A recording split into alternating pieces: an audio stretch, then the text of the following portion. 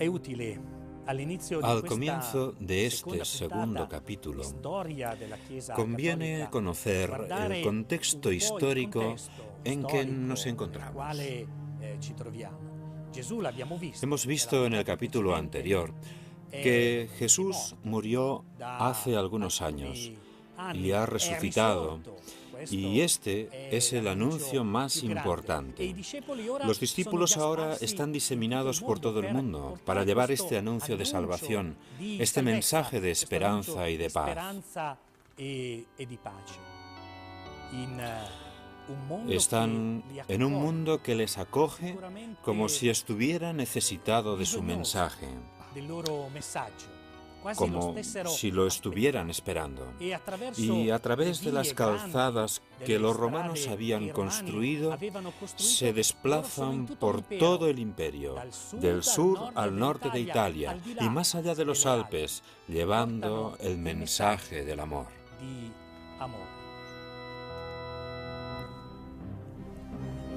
El emperador Augusto había intentado que la religión romana pagana fuese el centro de la vida del imperio. Sin embargo, el intento fracasó porque desde Oriente y sobre todo desde Egipto llegaron nuevas divinidades y con ellos los ritos ligados a Mitra, tan largamente difundidos y seguidos que muchas veces serán confundidos con la religión de los cristianos. A todo esto se debe añadir, a nivel popular, la magia y la superstición, en las cuales se refugia muy a menudo la plebe de los suburbios del mercado de Trajano. En medio del fervor por estos nuevos cultos y del vacío que dejan en la gente, el monoteísmo y la novedad que representan el mensaje de Jesucristo comienzan a enraizarse con fuerza. El mensaje que llevan los apóstoles es un mensaje desconcertante que, sin lugar a dudas, trastorna las convicciones más profundas, incluso las religiosas. Pero el imperio, las autoridades, ven en todo esto un intento de desestabilizar las bases del mismo imperio. Por ello aparecen las persecuciones. Por ello aparece el deseo de hacer desaparecer no solamente el mensaje, sino también a los hombres que llevaban el mensaje. Las comunidades de bautizados se multiplican. Damasco, Antioquía, Cesarea, Sidón, Éfeso, Corinto. Hoy, como ayer, cada bautizado está llamado a proclamar con su vida y su palabra el Evangelio. Y hoy, como ayer, en las comunidades católicas de todo el mundo, hay algunas personas que tienen la responsabilidad de guiar a sus hermanos. Como aparece documentado en los Hechos de los Apóstoles y en las cartas, ya en las primeras comunidades encontramos obispos, presbíteros y diáconos. Para comprender cómo vivían estas primeras comunidades, las catacumbas son el primer lugar que debemos visitar. En ellas hay una cantidad enorme de restos arqueológicos que nos ofrecen una idea de cómo era la vida de los primeros cristianos. Los fieles ponen en común lo que poseen y, si es necesario, venden sus propios bienes para ayudar a otros hermanos. Cuando se reúnen, reviven juntos los gestos que Jesús realizó cuando estaba vivo. Y la lectura del Evangelio se convierte para todos en la fuerza y el corazón con que se alimenta y aumenta la fe de cada uno. La fe de los primeros católicos, que cobra cada vez mayor fuerza y vigor, es la misma fe en la que entrará San Pablo, el cual, de gran perseguidor de cristianos, se convierte en fiel seguidor del Evangelio de Cristo. San Pablo es una figura magnífica, una figura humana de la categoría más alta, un hombre inteligente, un hombre orgulloso, un hombre preparado, un hombre de cultura, un hombre honesto. No era una personalidad fácil, con su orgullo de ciudadano romano. Es un hombre de convicciones religiosas, como debe ser. se sentía en su religión auténtico y quería propagarla hasta el punto de que, frente a un desafío y a un peligro, como podía serlo el cristianismo, está decidido a perseguirlo. Fue a perseguir a los cristianos. Era un hombre convencido. Pero este hombre ha sido conquistado por Jesucristo. Y esto es lo decisivo. Jesús toma la iniciativa. Jesús es el Hijo de Dios y Jesús llama. Jesús llega al fondo de los corazones. Qué alegría y qué privilegio poder abrir el corazón a Jesús. Jesús cambia todo en Pablo. Desaparece el perseguidor, pero no desaparece el hombre convencido y comienza a viajar para llevar a Jesús. Enviado a una misión, enviado por el Espíritu de Jesús. Pablo nos habla de tal manera de su Señor que hace que nos enamoremos de Jesús, que es nuestro Señor. El sacerdote es insustituible porque Jesús, como en el caso de Pablo, ha tomado para sí al sacerdote, ha marcado al sacerdote y ha marcado su interior de tal manera que su acción se convierte en acción de Cristo de forma personal. Jesús lo ha ligado a sí mismo. Es insustituible porque Jesús está presente en medio de la comunidad, no como alguien que viene a hablar de Jesús, no como alguien que coge un libro y repite lo que dice el libro, no, sino como alguien consciente de que su persona ha quedado marcada. Su ser es un ser nuevo, marcado por una potencialidad y por un poder propio para actuar y trabajar como Cristo. Yo te absuelvo. Donde menos uno se lo espera, hay un sacerdote. Incluso en lo más oscuro de la ciudad habrá un sacerdote dispuesto a escuchar, a sanar. Un sacerdote que sabe, como Pablo, que ha sido poseído por Dios, conquistado por Jesús, y que sabe que debe llevar a Jesús. Es Jesús crucificado por todos los caminos del mundo. ¿Qué figura es Pablo? ¿Qué figura es el sacerdote? En las catacumbas encontramos restos de las frases que San Pablo y San Justino recuerdan en su comunión.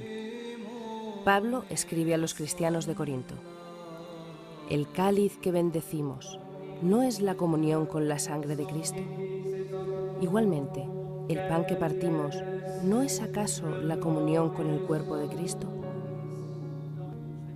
Un siglo más tarde, Justino, filósofo y mártir, escribirá: «Este alimento nos llega con el nombre de Eucaristía, y nadie lo debe consumir sin creer en nuestra doctrina y sin vivir como Jesucristo ha ordenado».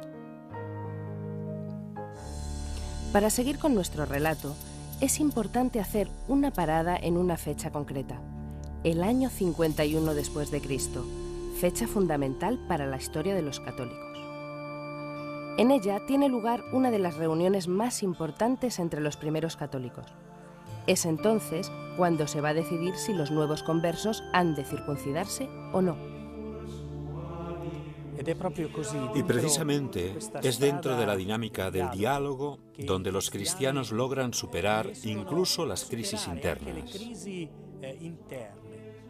Logran superar también este delicado momento de su vida interna y, como nos dice San Pablo, no hay que imponer la ley de Moisés a los paganos que se conviertan, precisamente porque la conversión es el lugar donde se acoge al hermano que se acerca.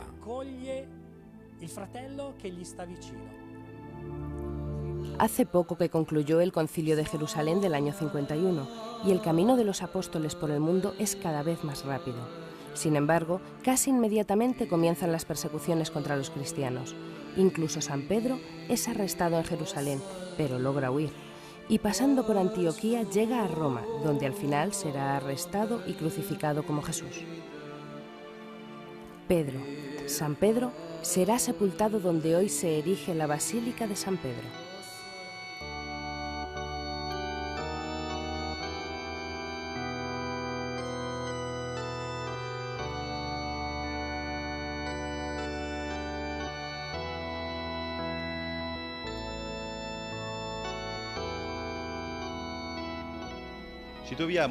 Nos encontramos bajo la nave central de la Basílica Vaticana, a una profundidad aproximada de 9 metros.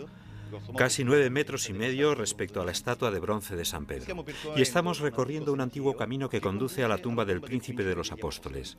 Un camino que hoy está en un ambiente subterráneo, pero que hace 1600 años estaba bajo la luz del sol. Dentro de estos edificios encontramos tumbas paganas y sepulturas cristianas. Son sepulturas que atestiguan la implantación del cristianismo durante los primeros siglos del imperio. Siguiendo este camino a través de la necrópolis vaticana, llegamos junto a la tumba de San Pedro. Un lugar importantísimo que se encuentra justo debajo del baldaquino de Bernini. Aquí podemos ver los restos de la construcción que se realizó en el siglo II sobre la humilde tumba de San Pedro. En el lado opuesto no se ve la pequeña columna del lado norte de la construcción del siglo II, sino el célebre y famosísimo muro de grafitis. Una pared que se conoce con ese nombre porque está literalmente cubierta por grafitis cristianos, escritos en latín, que atestiguan una gran devoción entre el final del siglo III y principios del siglo IV por la tumba de San Pedro. Los resultados de las excavaciones arqueológicas del siglo pasado y, sobre todo, la increíble sucesión de monumentos que aquí se pueden ver, constituyen, junto con la presencia de la Basílica Constantiniana en este lugar, un testimonio elocuente de la existencia aquí de la tumba del Príncipe de los Apóstoles.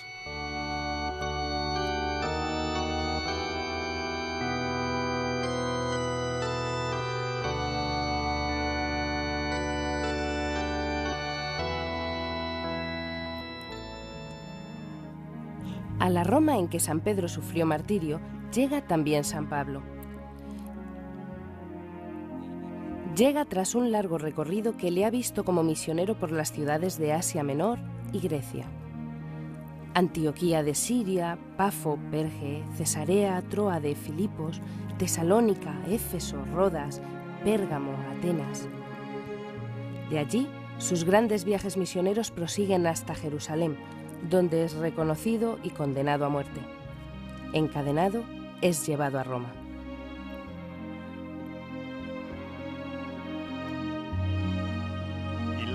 El ambiente que se respiraba en Roma en el primer siglo después de Cristo era el de una sociedad multirreligiosa. Respecto al lugar ocupado por los cristianos en la Roma de aquellos tiempos tan precoces, los arqueólogos han realizado múltiples investigaciones, pero no han tenido suerte. De todas formas, las fuentes son de gran ayuda. Los Hechos de los Apóstoles, las cartas paulinas y los primeros padres de la Iglesia. Los cristianos debían reunirse en las Domus Ecclesiae para la liturgia eucarística. Se trata de casas comunes, de casas de los propios cristianos ofrecidas por ellos mismos para estas primeras reuniones litúrgicas. El cristianismo entra lentamente, de manera capilar, poco a poco infiltrándose en la estructura social de su tiempo. Estamos en el año 67 después de Cristo. Pablo es apresado y traído aquí, donde hoy se encuentra la iglesia de las Tres Fuentes, para ser decapitado. Y sus restos se conservan en la Basílica de San Pablo extramuros. Jesús había dicho: «Os mando como corderos en medio de lobos. Si me han perseguido a mí, os perseguirán también a vosotros, pero si han aceptado mi palabra, aceptarán también la vuestra». Son palabras escritas hace 2000 años, pero no se puede negar que la historia de aquellos que le siguen, siglo tras siglo, está marcada por las persecuciones más atroces hasta nuestros días, con el recuerdo de los mártires en miles de santuarios repartidos por todo el mundo dedicados a ellos. El primero de esta gloriosa lista es Esteban, hombre de fe, animado por el Espíritu Santo, como está escrito en los Hechos de los Apóstoles. Desde el día del martirio de Esteban hasta el trágico verano en que arde Roma y Nerón culpa de ello a los cristianos, han transcurrido solamente 30 años. 30 años durante los cuales los apóstoles y sus discípulos, los presbíteros y los obispos de la joven iglesia han seguido anunciando el Evangelio a muchos, a pesar de la violenta hostilidad, las persecuciones, la prisión y el martirio. Como ha recordado Juan Pablo II en la memorable jornada del jubileo del año 2000 dedicada a los mártires, la sangre de estos siempre ha generado nueva fe. Y gracias a su sacrificio ha seguido creciendo a lo largo de los años el número de fieles en todo el mundo. Estamos en el año 90 aproximadamente. Jesucristo ha muerto hace 67 años. Es el final del reinado de Domiciano, que impone con virulencia el culto religioso al emperador. Justo en estos años, San Juan, evangelista y apóstol, es enviado al exilio en la isla de Patmos.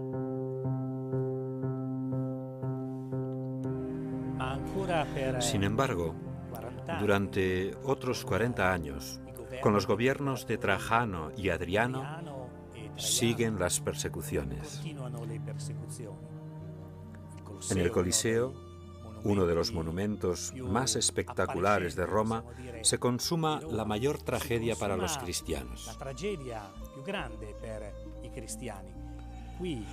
Como ejemplo, el obispo Ignacio es martirizado en el año 115, pero con una visión diferente.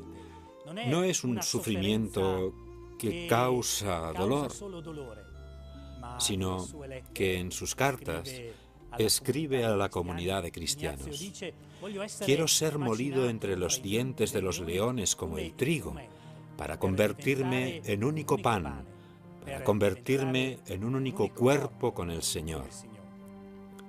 Para el cristiano, el martirio no es algo buscado, pero tampoco es rechazado.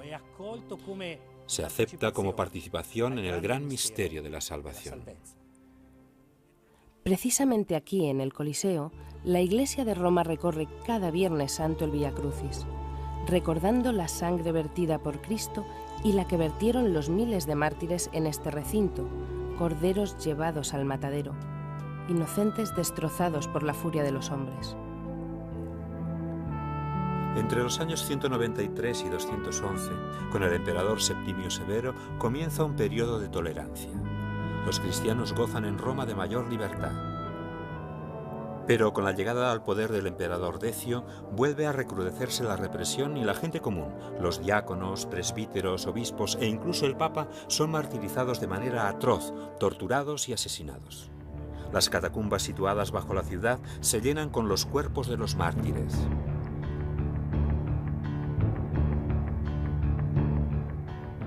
Pero no solo en Roma. También en otras grandes ciudades como Alejandría, Cartago y Esmirna se persigue a los cristianos. En las mismas catacumbas que ven la muerte de miles de fieles, el Papa Sixto II es decapitado. Es el 6 de agosto del año 258.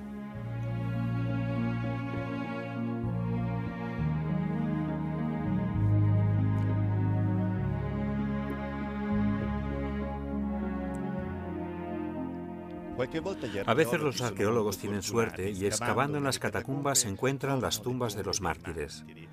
A mediados del siglo XIX, el gran arqueólogo romano Giovanni Battista de Rossi comenzó aquí su gran aventura arqueológica, en este lugar que ahora denominamos la cripta de los papas. Porque en esta sala, ahora completamente restaurada, encuentran reposo una serie de pontífices y algunos mártires que vivieron en el siglo III.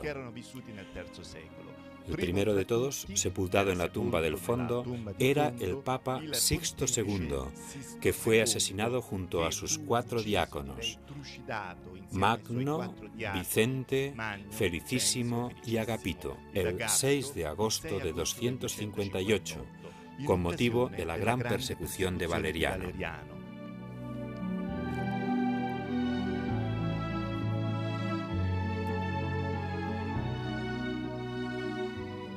La historia de la Iglesia, tanto hoy como ayer, se alimenta continuamente con el sacrificio de sus mártires. Y como veremos en el tercer capítulo, disfrutará de una época de paz con la llegada al trono de Roma del emperador Constantino, el cual aplicará la tolerancia y sabrá dar a la nueva religión cristiana el reconocimiento que merece.